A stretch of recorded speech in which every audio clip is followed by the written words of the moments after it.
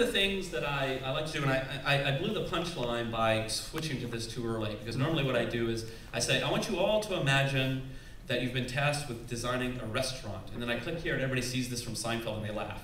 Why is that funny? I don't know, but people usually laugh. So you're tasked with designing a restaurant. You've got a blank sheet of paper, you can do anything you want. And I mean really go wild and think about restaurants from first principles and how are you going to design this restaurant?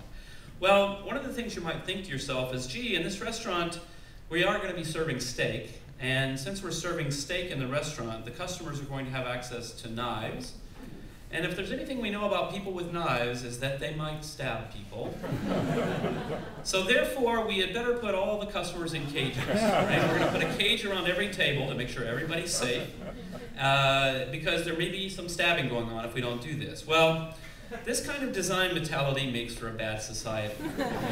This is not the way we think about how to design our lives, how to design our restaurants.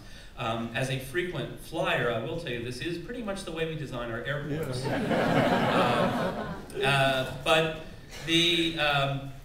And it makes for a bad society in the airport. But the point that I want to make here is a recognition that there's something wrong with a design view where the first thing you do is you think of all of the horrible bad things people might do and you design around that.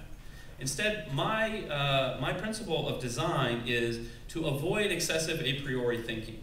You can think a little bit in the back of your mind about, oh, in the search engine project there might be spammers, or what if somebody who hates Muppets shows up? How are we going to deal with that? Those are important, and they do make a difference, but they shouldn't be your core design principle. They're not your starting point. I like to say, don't solve a problem until you actually have it. And then when you try to solve it, you solve it with the least invasive procedure possible. So we don't put everybody in a cage. What do we do instead? Well, we've evolved institutions in society that deal with it. In fact, it's rare, but occasionally people do go crazy and start stabbing people in restaurants. And what do we do about that? Well, we have the police, for example, and the courts and jails. And so if somebody does this horrible bad thing, we remove them from society. We say, you can't do that. We have ambulances in hospitals, so if somebody's been stabbed in a restaurant, we do our best to try to get them to the hospital so that hopefully we can repair the damage. And it turns out that in the real world, you can't always repair the damage, but that's part of the price we pay for having an open society. That occasionally people are going to do bad things, but it's worth it. It's worth it because the freedom and the trust and the kind of benevolence that we have in society, where we just trust everybody that's pretty much going to do the right thing. You can sit in a very crowded room, listen to a guy speak, and it's safe, and you feel it's very likely safe. That's really important because it says something about our humanity. It says something about what it means to be alive on planet Earth, trying to make the world work. And so, unfortunately, when people do web design, they forget this sometimes, and they design things, and the first thing they do is think about, oh, what's the permission model, and who's going to control what, and how do we make sure everything's locked down so nobody can damage anything. And the interesting irony of it is, when it's digital, nobody can actually damage anything. If you go to Wikipedia and you edit an article and you replace it all with curse words, well, you just created a new version. The old version's still there, and it's basically one click for anybody to come and fix it. And so we don't have to be so paranoid about that. So what do? We fix it, and if you keep it up, we warn you first and say, you know, thanks for your experiment, but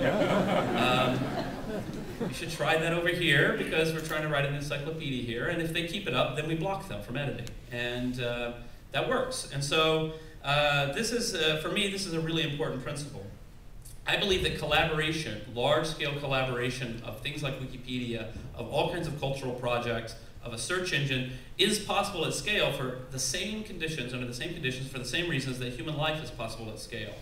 There is the possibility to live in a small village, in a small town, a medium city, a very large city, and you get new and different problems in these things. But nobody says, "Oh, it's impossible." You know, if you had 10 million people in a city, everything would just break down. It doesn't scale. No, communities do inherently scale, but you have to think about design issues. You have to think about what are the tools that people are going to need at different levels of that process to be able to keep up a very healthy and positive society.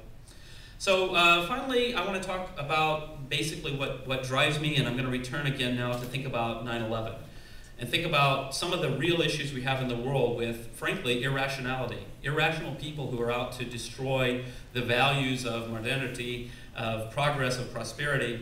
And for me, what I think is really exciting about Wikipedia is when I go and I speak at universities or high schools, or I meet a young man in the slums in Delhi, and they're excited about Wikipedia. They're excited about an encyclopedia. That's something to stop and reflect upon. So if you hear anybody sort of in the media bemoaning that all the kids are doing anymore is they're like, I don't know, flirting with each other on MySpace or whatever, well, remember, they've always been flirting everywhere, and that's nothing new. But what is new is that they're getting really, really excited about ideas. So I have another quote from Ayn Rand about this phenomenon. There is a fundamental conviction which some people never acquire, and some only hold in their youth, and a few hold to the end of their days, and that's the conviction that ideas matter. That ideas matter means that knowledge matters, that truth matters, that one's mind matters. This is a beautiful set of words that I think describes a big part of what's going on when people get excited and passionate about Wikipedia. Your mind matters, so use it to learn about the world. Thank you.